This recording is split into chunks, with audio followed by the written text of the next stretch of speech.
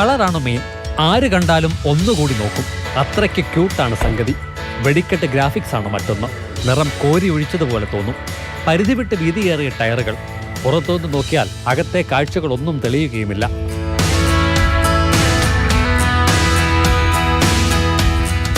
(2006) model മുതലാണ്. 5 ലക്ഷം രൂപയ്ക്ക് വാങ്ങി 1.5 ലക്ഷം രൂപയുടെ എക്സ്ട്രാ ഫിറ്റ്. സ്റ്റാർട്ട് ചെയ്താൽ പുക മാത്രമല്ല, തീയും വരും. എഞ്ചിൻ നമ്പർ അവ്യക്തമാണ്. ചരിത്രം പരിശോധിച്ചപ്പോൾ അടയ്ക്കാനുള്ളത് 20,000 രൂപയുടെ പെറ്റി. പുല്ലാട് സ്വദേശി അനന്തു സി ബാബു എണ്ണയടിക്കുന്നു, ഓടുന്നു എന്നതാണ് വ്യക്തമാകുന്നത്. ആദ്യം പിടിച്ച വാഹനത്തെ പറ്റി നമ്മൾ അന്വേഷിച്ചപ്പോൾ അറിയാൻ കഴിഞ്ഞത് കോളേജുകളിലൊക്കെ ഫംഗ്ഷന്, കോളേജ് ഡേ സെലിബ്രേഷൻസിനൊക്കെ ഒരു ഷോ എന്ന നിലയിൽ കുട്ടികൾക്ക് അവർക്ക് അവിടെ ഒരു എക്സിബിഷൻ മോഡൽ കാണിക്കാൻ വേണ്ടി ഇങ്ങനെ നല്ല സ്പീഡിൽ, ഹൈ സ്പീഡിലും നല്ല സൗണ്ടിലും അൾട്രേഷൻ വരുത്തിയ വണ്ടി ഇങ്ങനെ ഓടിക്കുക, അങ്ങനെ ഒരു രീതിക്കാണ് ഉപയോഗിക്കുന്നതെന്നാണ് അന്വേഷിച്ചാൽ അറിയാൻ കഴിഞ്ഞത്. സഹവാഹന യാത്രക്കാരിൽ ഭീതി സൃഷ്ടിച്ച് മിന്നൽ വേഗത്തിൽ കടന്നുപോയ വാഹനം പിന്നീട് പുല്ലാട് വടക്കേക്കവലയിലെ വർക്ക്ഷോപ്പിൽ കയറിയപ്പോഴാണ് പോലീസ് തൂക്കിയത്.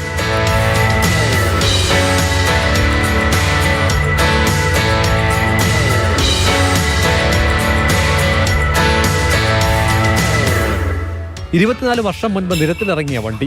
പോയ ഞായറാഴ്ച കാതടപ്പിക്കുന്ന ശബ്ദത്തോടെ വാഹനം ചെറിയറമ്പ് 4 മണിക്കാറ്റിലെത്തി. നാട്ടുകാരായ ചിലരുമായി കാർ യാത്രികർ ചെറുതായി ഒന്ന് കോർത്തു. തടി കേടാകാതെ കടന്നുപോയെങ്കിലും നാട്ടുകാർ വിട്ടില്ല. അവർ വെച്ച കെണിയാണ് കാര്യങ്ങളെ സ്റ്റേഷൻ വളപ്പിലെത്തിച്ചത്. ആർസിയോണയുടെ പേരിൽ തന്നെയുള്ള വണ്ടിയാണ്.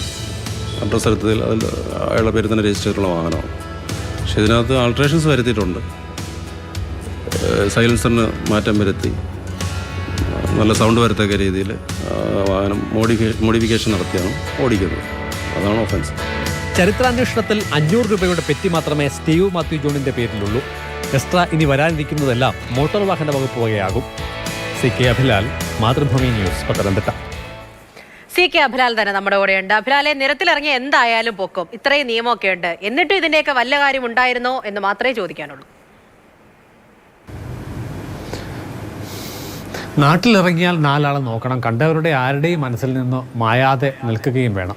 ഇതാണ് ലൈൻ. വാഹനത്തിൻ്റെ രണ്ടിൻ്റെയും ഉടമകളുടെ പ്രായം 25-നും 30-നും ഇടയിലാണ്. വണ്ടി ഭ്രാന്തന്മാരാണ്.